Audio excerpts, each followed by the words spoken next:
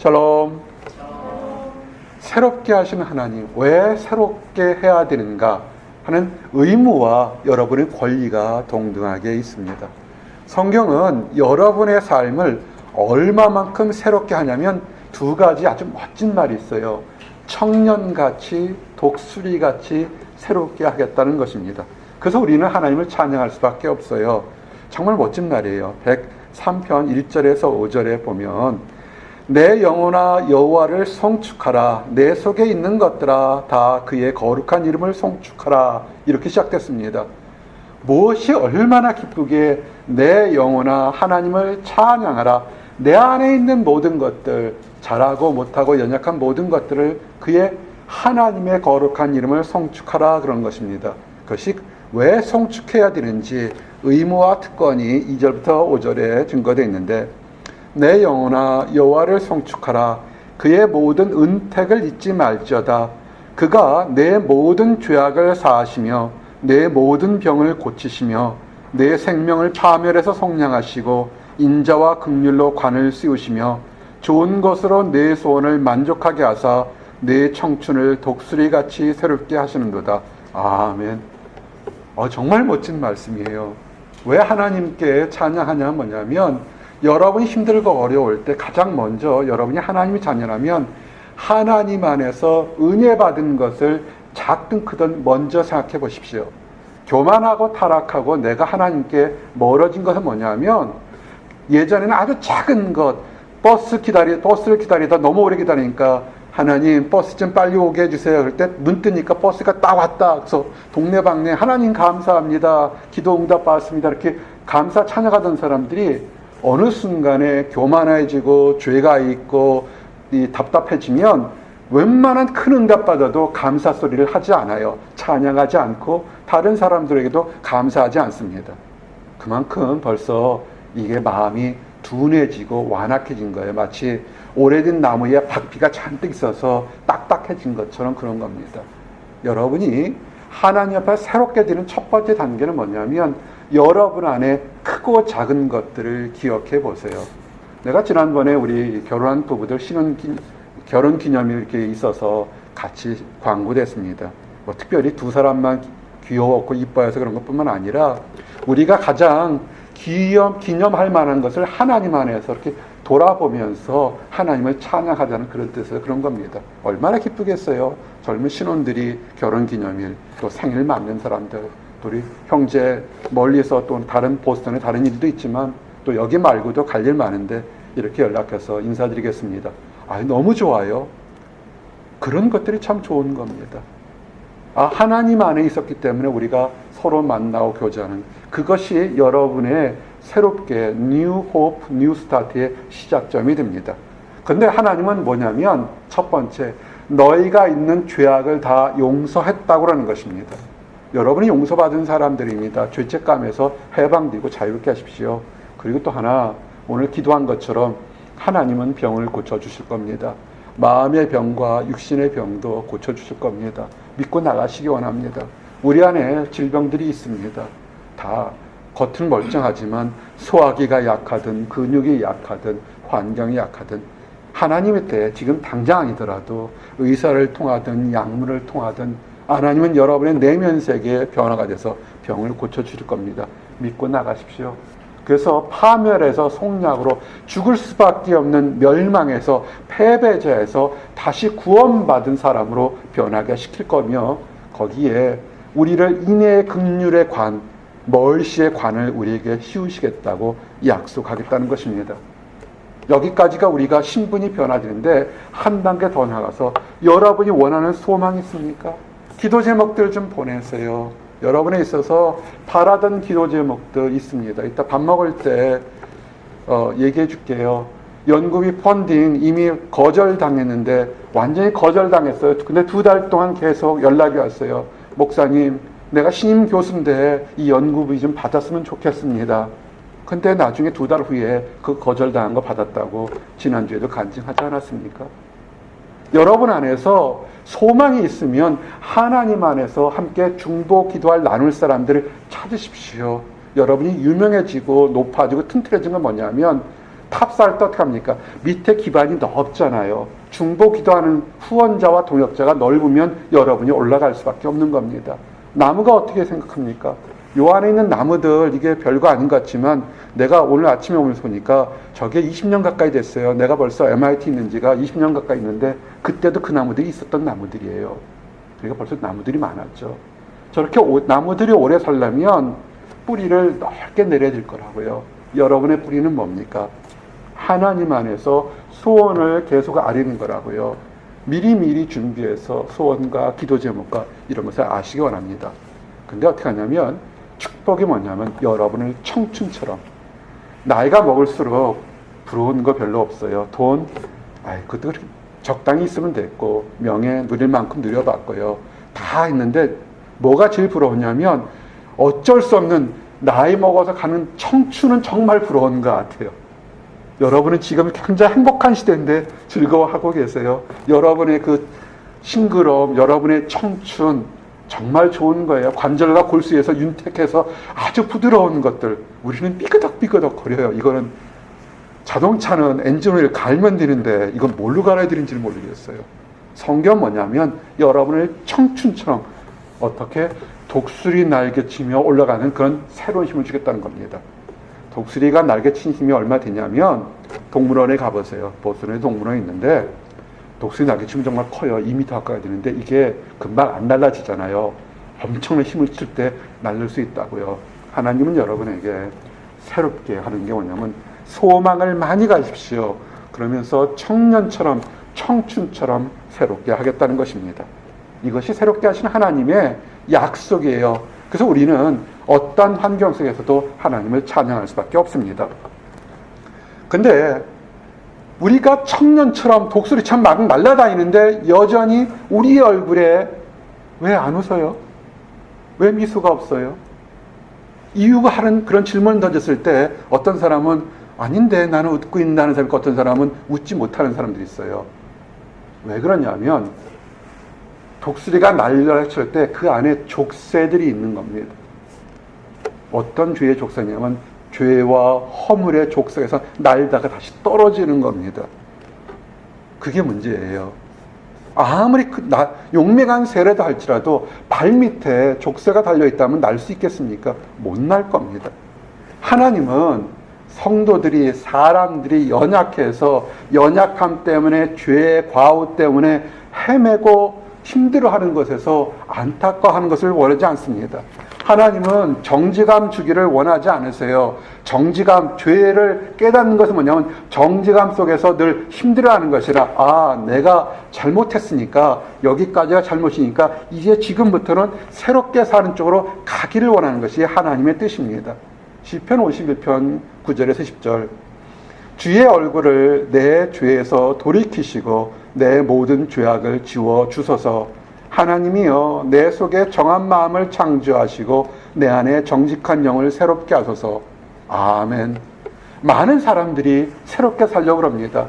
한국에 있어서 미국까지 올 때 새로운 삶, 뭔가 학위를 받든 자격증을 따든 결혼을 하든 직장을 가든 뭔가 새로운 것에서 새롭게 살려고 합니다.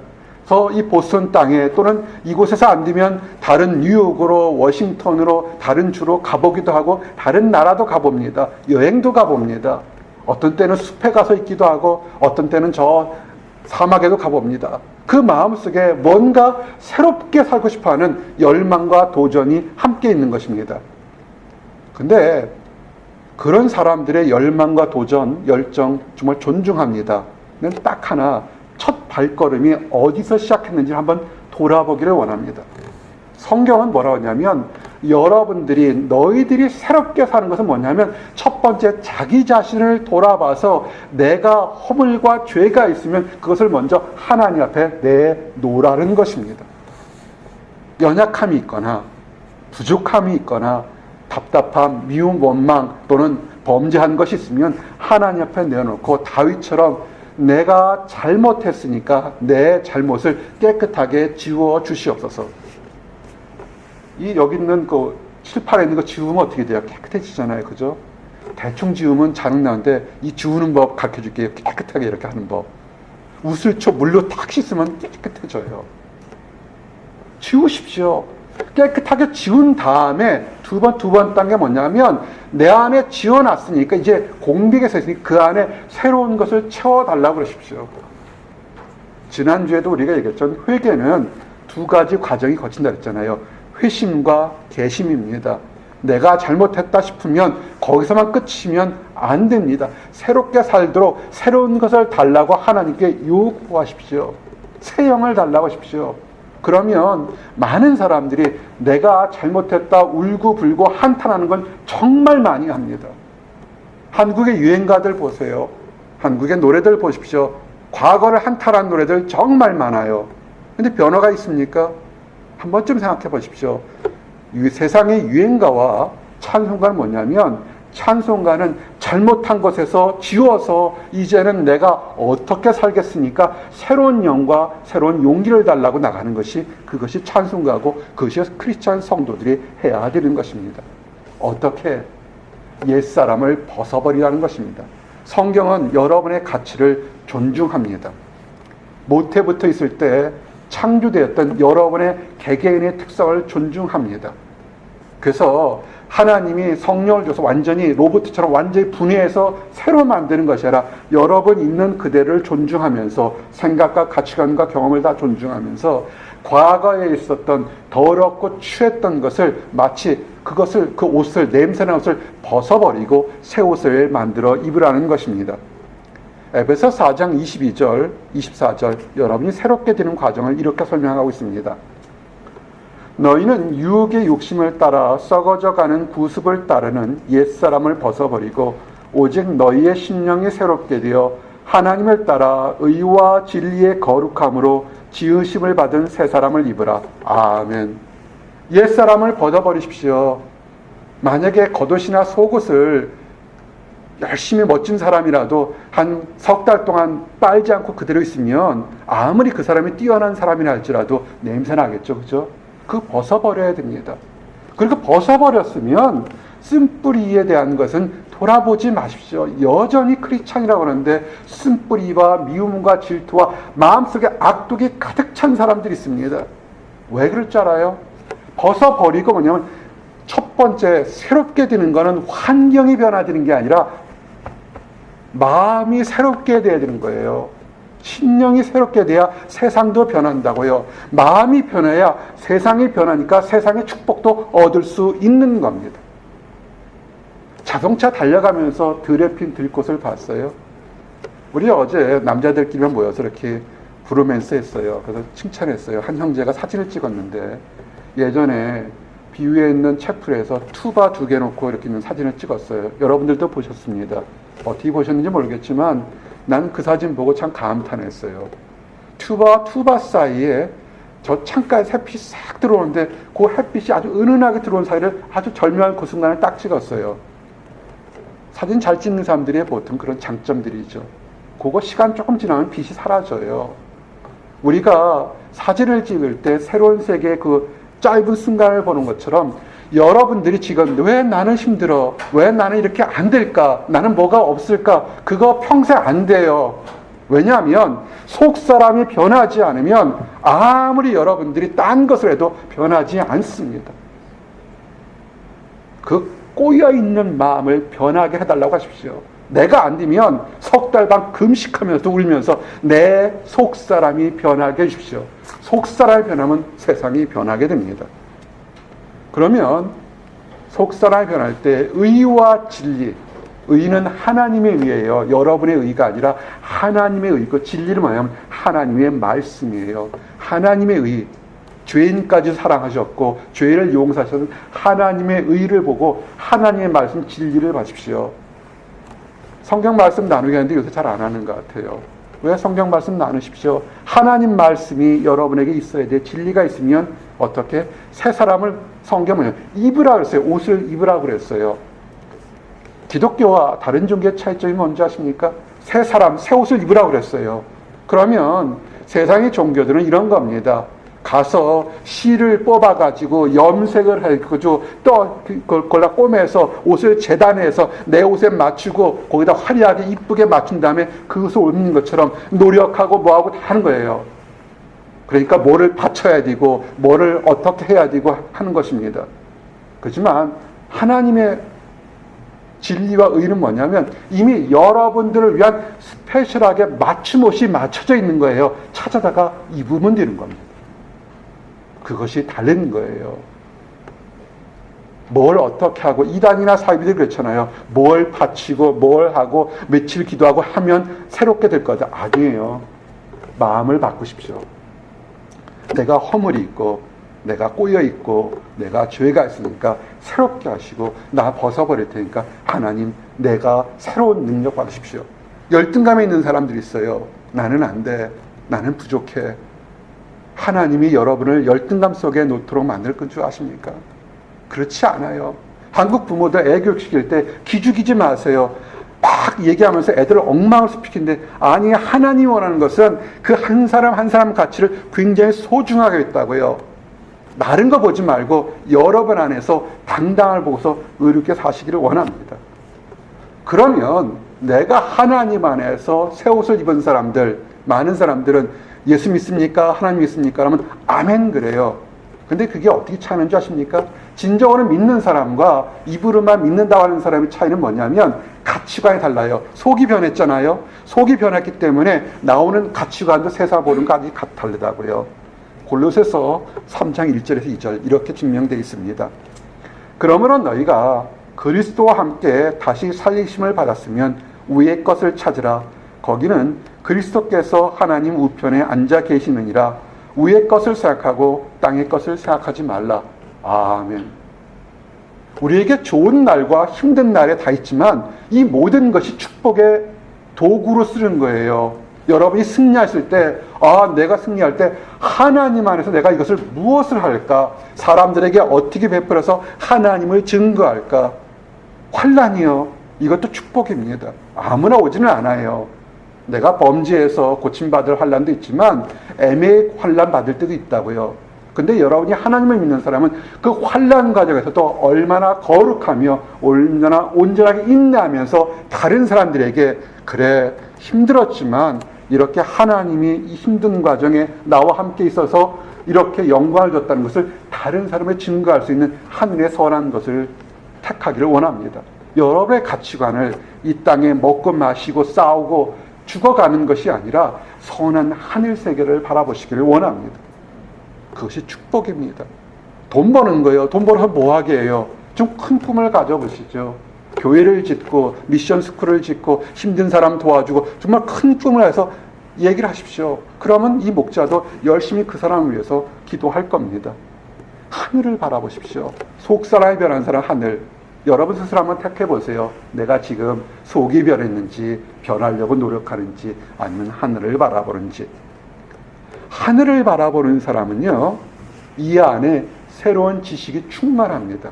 눈이 하늘을 바라보면 새 사람이라고 했잖아요. 그러면 또 하나가 증거가 뭐냐면, 눈은 하늘을 바라보는데 입도 나오는 말이 거룩한 말이 나오게 됩니다. 골로새서 3장 9절 10절. 새롭게 된 사람들, 너희가 서로 거짓말을 하지 말라. 옛사람과 그 행위를 벗어버리고 새 사람을 입었으니 이는 자기를 창조하신 이의 형상을 따라 지식에까지 새롭게 하심을 입은 자니라. 아멘. 거짓말하지 마십시오. 질투나 시기나 원망, 멸시나 무시하는 얘기들 하지 마십시오. 다 사람은, 우리 주변에 있는 사람, 직장생활하는 사람들 다 있지만 다 내 마음에 드는 사람 그렇게 다 많지 않습니다. 다 부족한 겁니다. 나도 부족한데 남도 부족해요. 그럴 때 힘들고 어려운 것보다는 차라리 찬양하십시오.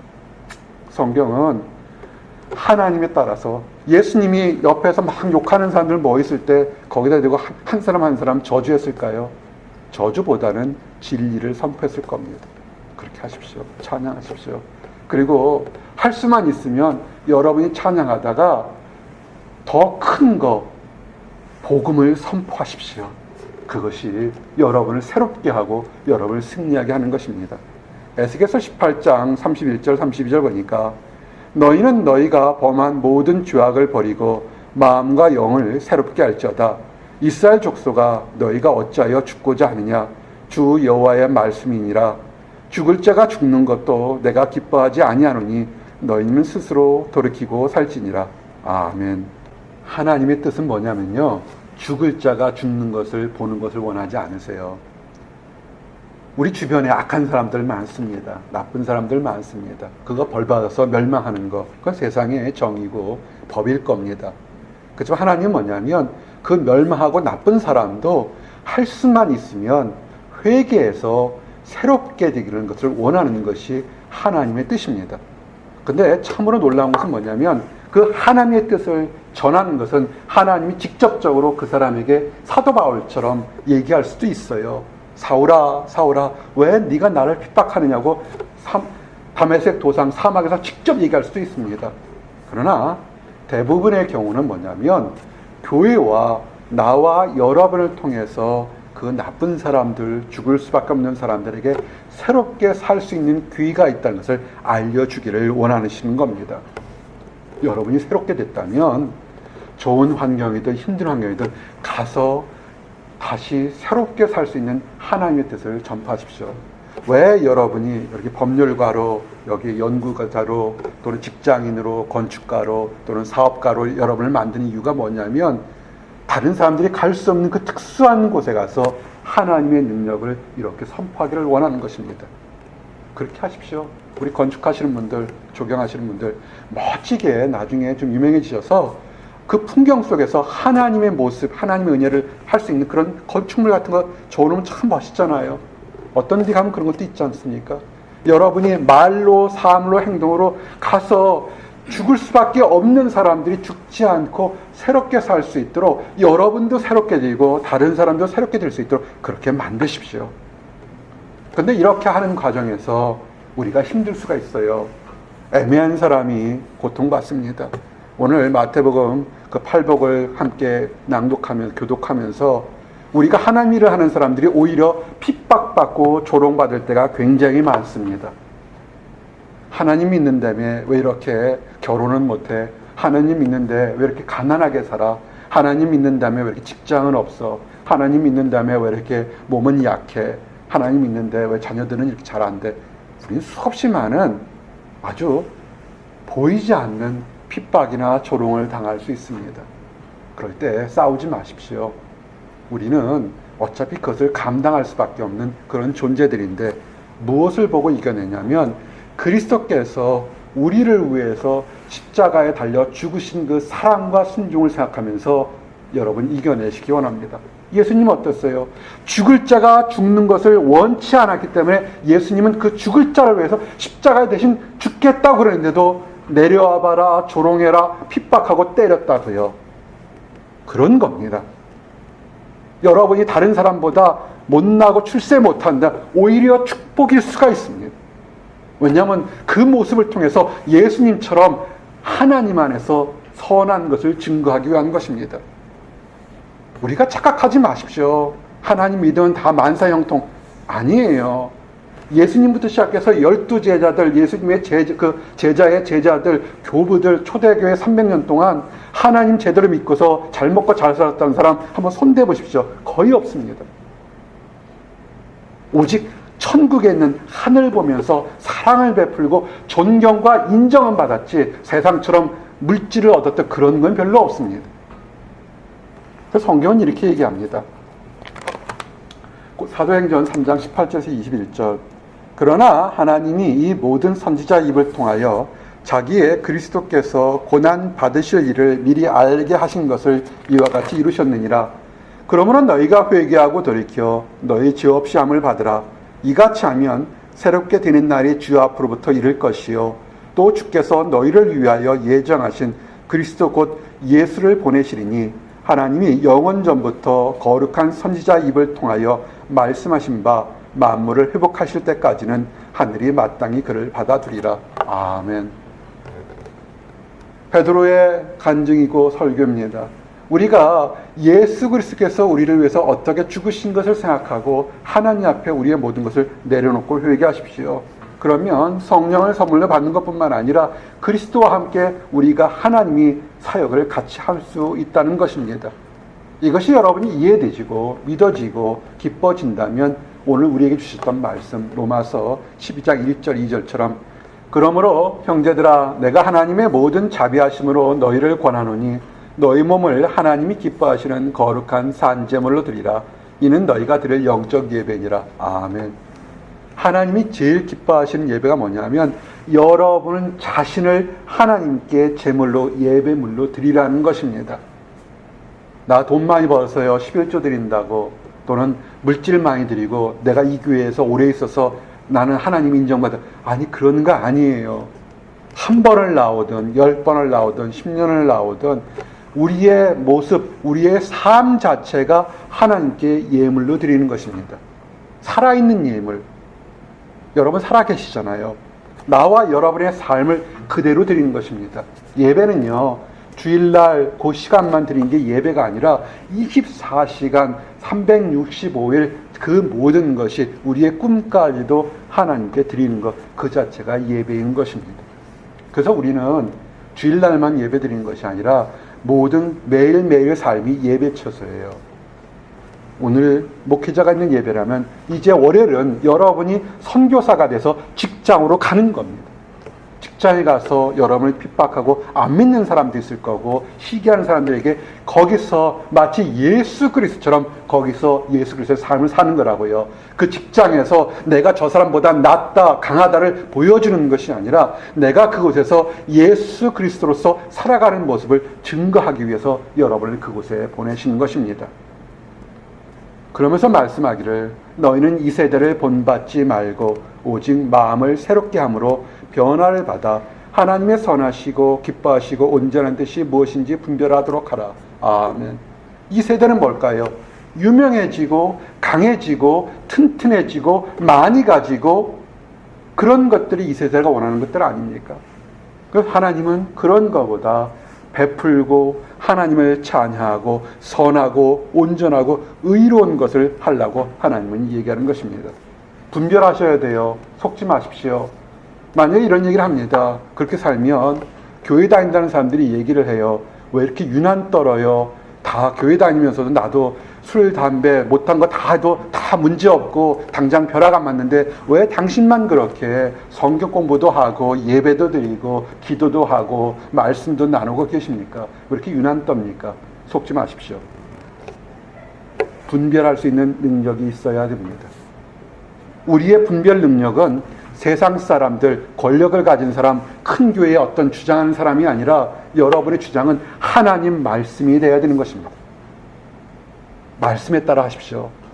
말씀을 읽어보게 되면 웬만한 사람이면 하나님이 무엇을 원하는지 알게 됩니다. 가끔 이단들이 비유풀이해서 엉뚱한 길을 갔지만 하나님은 그렇게 비유풀이보다는 말씀을 통해서 깨달을 수 있는 것을 다 지식을 줬습니다. 말씀대로 나가십시오. 하나님은 뭐냐면 우리를 어떤 광신자거나 어떤 죄책감에 빠지는 것이 아니라 새롭게 살기를 원하는 것, 그것은 하나님의 긍휼함으로 새롭게 살기를 원하는 것입니다. 어제 지치고 힘들어서 낙심하는 것이 아니라 오늘 새로운 힘을 가지고 새롭게 살기를 원하는 것입니다.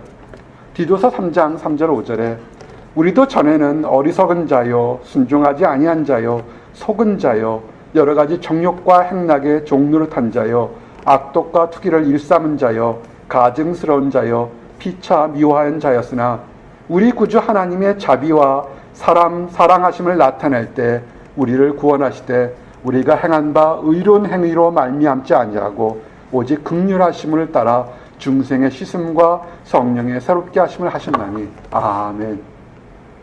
이 말씀에 아멘이요 참이라고 고백할 수밖에 없습니다.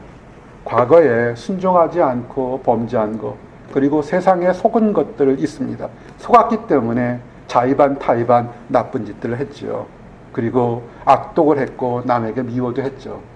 근데 거기에서 하나님은 아시는데 그런 사람의 연약함에서 새롭게 살기를 원하는 겁니다. 하나님의 자비로 용서할 테니까, 하나님의 자비로 죽을 수밖에 없는 것을 구원할 테니까 이제는 의로운 행위로 하나님 안에서 중생의 씻음, 거듭남의 씻음과 새롭게 하기를 원하신 것이 하나님의 뜻인 것입니다.